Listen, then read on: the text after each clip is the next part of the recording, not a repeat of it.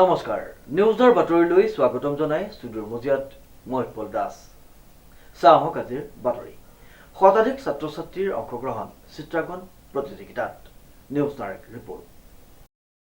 যোৰহাটত এক সুন্দৰ পৰিৱেশৰ মাজত যোৰহাটৰ বহুকেইখন বিদ্যালয়ৰ ছাত্ৰ ছাত্ৰীৰ মাজত অনুষ্ঠিত হয় চিত্ৰাংকন প্ৰতিযোগিতাৰ পিছতেই ছাত্ৰ ছাত্ৰীৰ মাজত এখনি কুইজ প্ৰতিযোগিতাও অনুষ্ঠিত হয় উক্ত প্ৰতিযোগিতাত প্ৰতিযোগীৰ সঁহাৰি আছিল আশা ব্যঞ্জক উল্লেখযোগ্য যে শিৱসাগৰ আৰু যোৰহাট ডাক সংমণ্ডলে যোৰহাট সাহিত্য সভা ভৱনৰ প্ৰেক্ষাগৃহত বিস্তৃত কাৰ্যসূচীৰে ৰূপায়ণ কৰি আহিছে আৰু প্ৰতিটো কাৰ্যসূচীৰে সাধাৰণ জনতাৰ লগত বিশেষকৈ নৱপ্ৰজন্মক বিশেষ উৎসাহিত কৰা পৰিলক্ষিত হৈছে দুদিনীয়া কাৰ্যসূচীৰে অনুষ্ঠিত হোৱা চিভাপেক্স 2024 আজি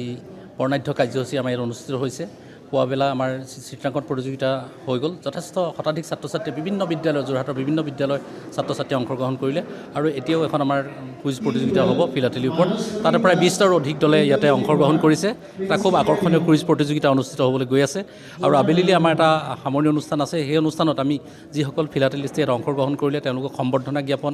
আৰু প্ৰতিযোগীসকলক চাৰ্টিফিকেট দিয়াৰ ব্যৱস্থা হ'ব আৰু আবেলিলৈ মানে সন্ধিয়ালৈ এটা সৰু সাংস্কৃতিক অনুষ্ঠানৰ আয়োজন কৰা হৈছে আমি আশা ৰাখিছোঁ যোৰহাটৰ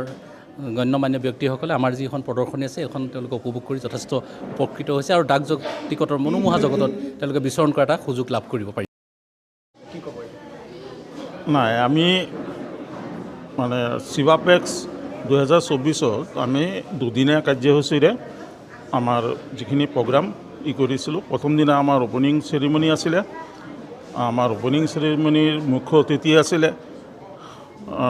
আমাৰ অসম মহিলা বিশ্ববিদ্যালয়ৰ উপাচাৰ্য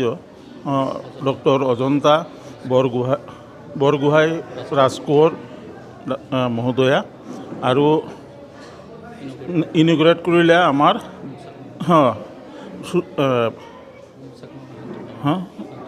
শান্তনু তামুলী ডাঙৰীয়াই গতিকে আমাৰ প্ৰথম দিনৰ যিখিনি কাৰ্যক্ৰম আছিলে সেইখিনি ভালে ভালে গ'ল তাৰপিছত আজি কাৰ্যক্ৰম দুটা কাৰ্যক্ৰম আছে এটা হ'ল কুইজ প্ৰতিযোগিতা আৰু এটা হ'ল আৰ্ট কম্পিটিশ্যন গতিকে আৰ্ট কম্পিটিশ্যন ৰাতিপুৱা আৰম্ভ হৈছে প্ৰায় শেষ হ'বই আৰু এতিয়া আমি কুইজ প্ৰতিযোগিতা কৰি আছোঁ কুইজ প্ৰতিযোগিতাত আৰম্ভ হোৱাৰ পিছত আজি আবেলিলৈ আমাৰ কাৰ্যকৰ সামৰণি পৰিব ব্যুৰ ৰিপৰ্ট নিউজ নাও